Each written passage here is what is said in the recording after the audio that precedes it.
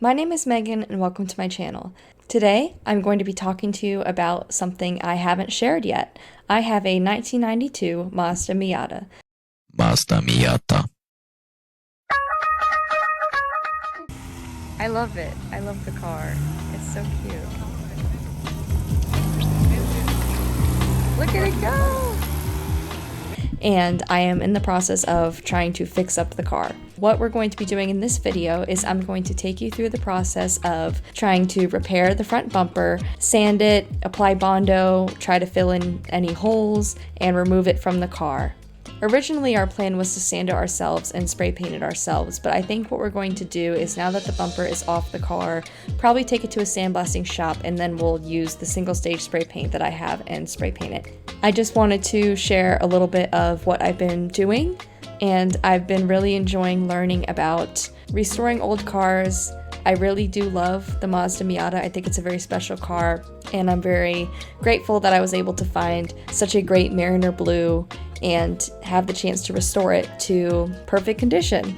That's a goal that I don't know when or how long it will take me to achieve, but we are going to do our best to get there. So please enjoy this video. I hope you like it. Last Friday evening, I began the process of sanding down the front bumper.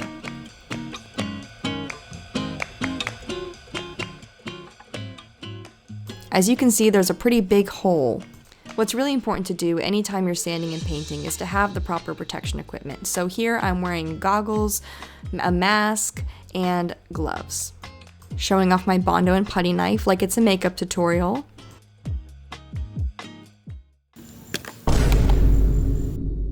Clearly you can tell I know exactly what I'm doing and what I'm supposed to do with this tube.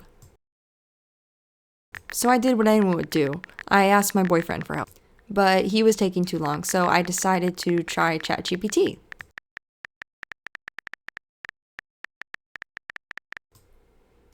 And it actually had pretty good response. Now, I'm not a fan of using AI for every little thing, but sometimes it just really helps when you have niche questions or need help.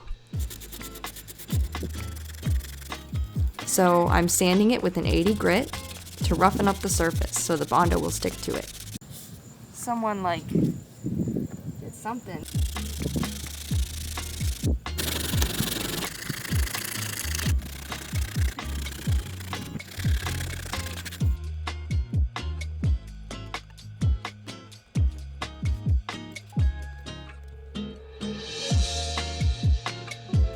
So I'm scooping out the Bondo onto a piece of cardboard, and then I'm going to apply a small line of what is the activator, which is the stuff in this little tube. And once I start mixing, you'll see that it should get to a consistent color, but once it's all mixed, you really don't have much time before it starts to harden. I learned that the hard way as I was taking my sweet time to use up the Bondo. I actually had to go in for another round, which I'll show you later.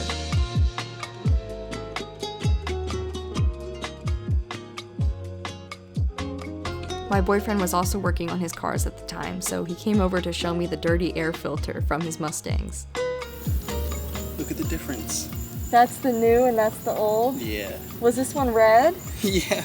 No way. It's supposed to be red. That's crazy.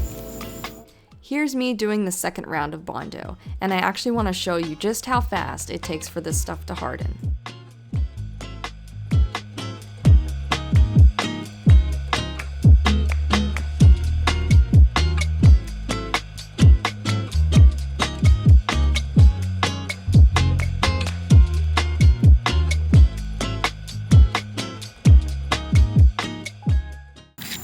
Pour me out. He's got the pimple cream. Have to sand again with 80 grit. I hope it's been 15 minutes. I really don't know. I put on too much Bondo.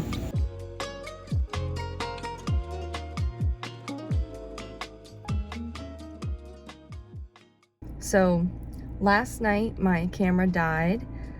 It was getting dark. So I didn't finish sanding off all the Bondo. I think I added a little bit too much Bondo. Bondo is it's very difficult to sand because it's basically you're sanding plastic, right? So I made that mistake. I put a little bit too much on.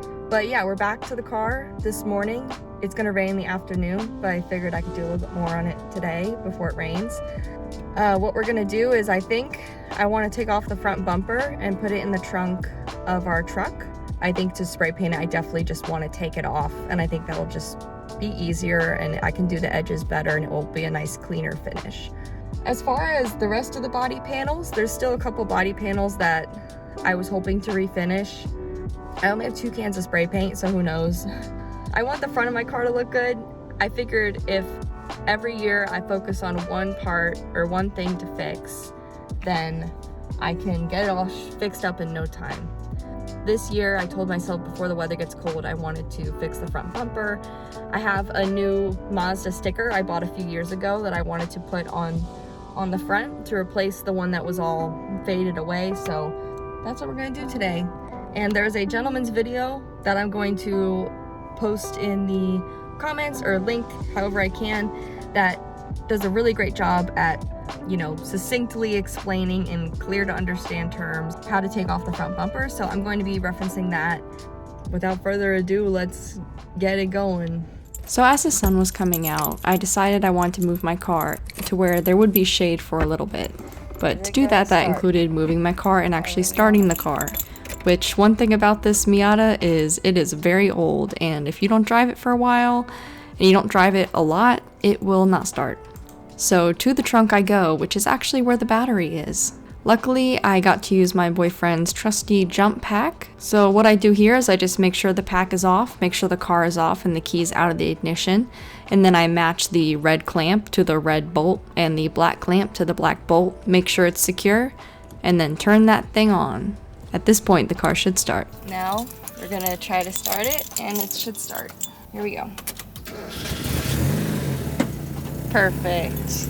Once my car is started, I'm able to turn off the jump pack and then remove the clips. And now I can move my car.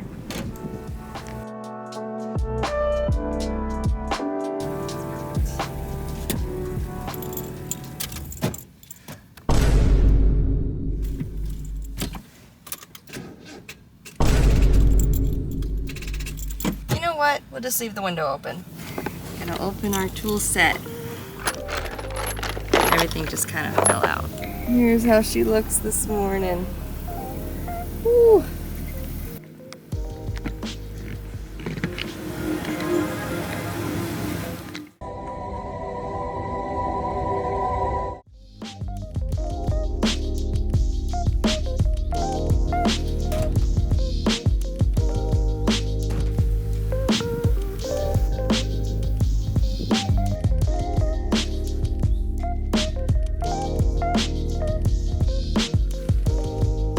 So one of the first things I'm doing is I'm going to remove these side markers and turn signal indicators so I can actually get to the bumper and take that stuff off without ripping off the electronics. These were pretty easy to take out. They're just 2 screws, hold each one in, and I just use a screwdriver to get them out. I want to keep them OEM, but one of them is cracked, so I probably will end up replacing one, if not all of them. We got goggles, because safety first. This screw, little short guy, in here, up in there, okay? You will not believe. Well, I just reached my hand this hole, because I'm trying to find a screw, and I just pulled this out. Like a 50-year-old tool. Well, at least now I know what tools I should be using. I'm going to laugh so hard if this is the tool. I need to get to it.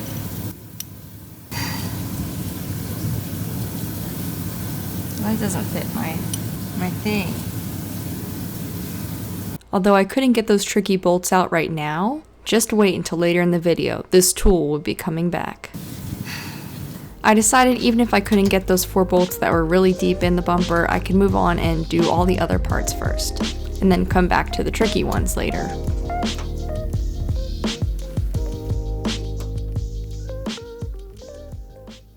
Okay, it is now 1 o'clock and I'm just sitting in my Civic because it has AC.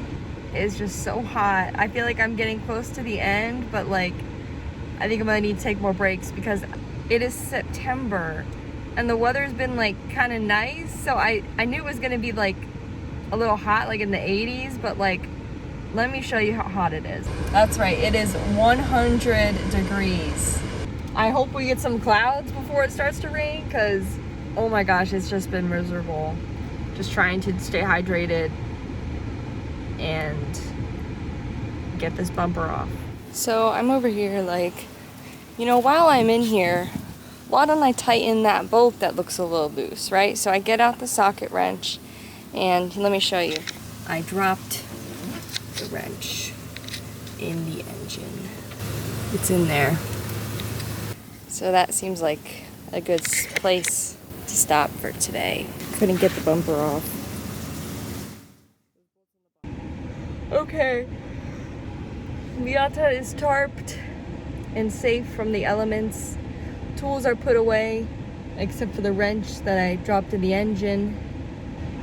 Now we're gonna call it quits for today. It is 1:43. It is 100 degrees. The next day I was feeling extra motivated and well rested, and the sun was actually going down, so it wasn't quite as hot. I was armed with that really old tool I found in the engine, and also a socket I had actually bought the other day. I bought it because I just thought having an extra 10mm socket would be a good thing to have since the car has so many 10mm bolts, but little did I know that that was the piece that I needed to actually get these bolts out. I finally got it unstuck, and it's so satisfying when I'm going to finally take these bolts out because I've tried so hard. And this was the magic cap thingy that fit on this thing I found in the engine. Who knows how long it's been there, but it has saved me. You can see it, taste it. You almost got it. Oh, I can see it. I wonder if I can just reach in there and grab it.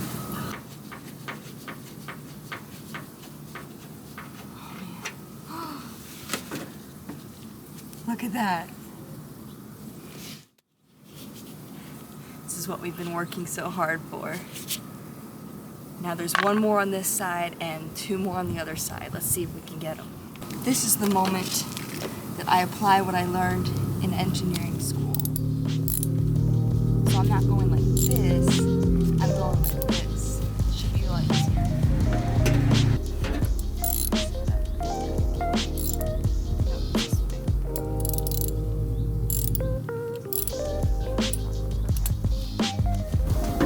We're locked in. Are we?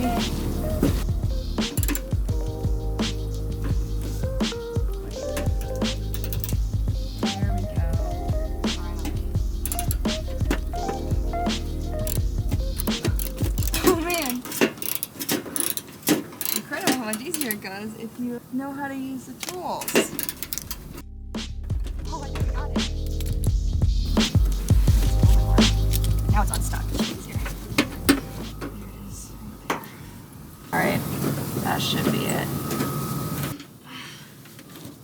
There. Oh! See that? That's gonna actually come off. Love it. I knew those 4 bolts were going to be one of the hardest parts of taking off this bumper, but we still had a little bit more to do. I have to show you how stupid I look right now. This is me right now. This part was annoying as I had no choice but to lay on the ground to do a full dental exam of my poor Miata and figure out which bolts were holding on the black piece inside the Miata and which pieces were the actual bumper being held to the car. There were these really annoying plastic fasteners that were holding the bumper together that I had to basically use pliers to rip out because the plastic screws were not working. It was very tiring trying to rip things out from this angle. But eventually, I finally got them all out.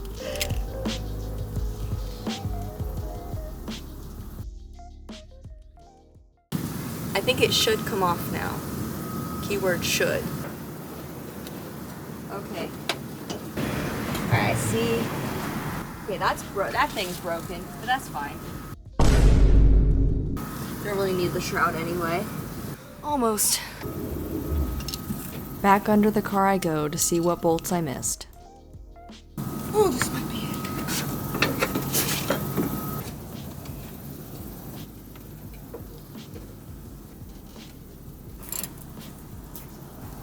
Nice car. Oh, thank you. Is that a Mazda Miata? Yeah, it is. What year? 1992. Oh wow, nice. At this point, my boyfriend came to help me troubleshoot the last couple bolts I needed to get this bumper off. It felt like there was always a screw we were missing, and I was about to crash out, honestly. The sun was going down. It was hot.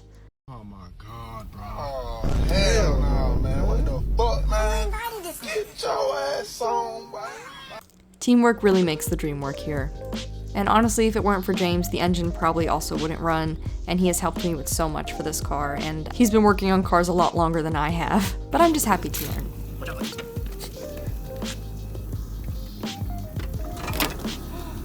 Oh no. It just broke. That's okay. It's off.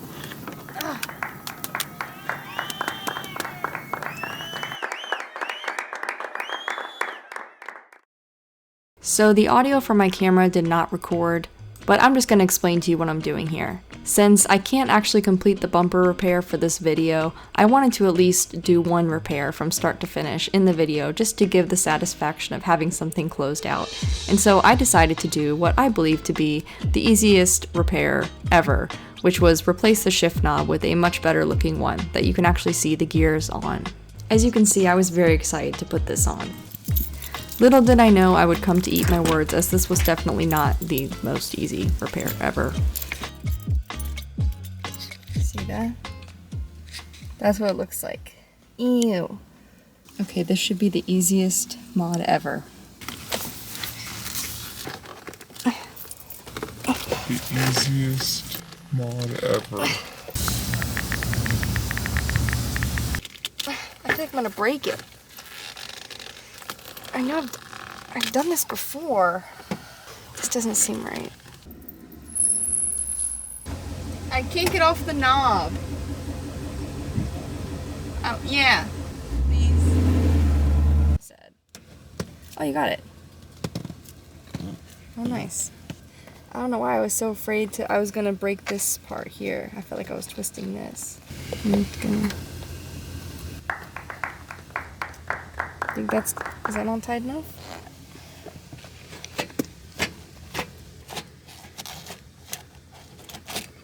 So this is the OEM knob.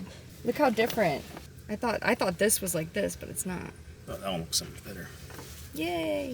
So happy I got that replaced, and I'll be replacing the e-brake soon too. Thank you so much for watching. Make sure to like and subscribe if you like my channel or you like videos like this. This is my first car repair video, but I am going to be making a lot more.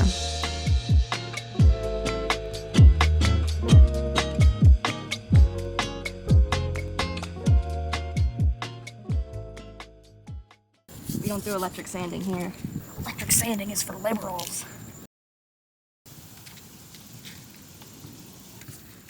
Replace the filter? Yep. That doesn't look too good. Yeah. Works though. Might be time for a new one. Probably.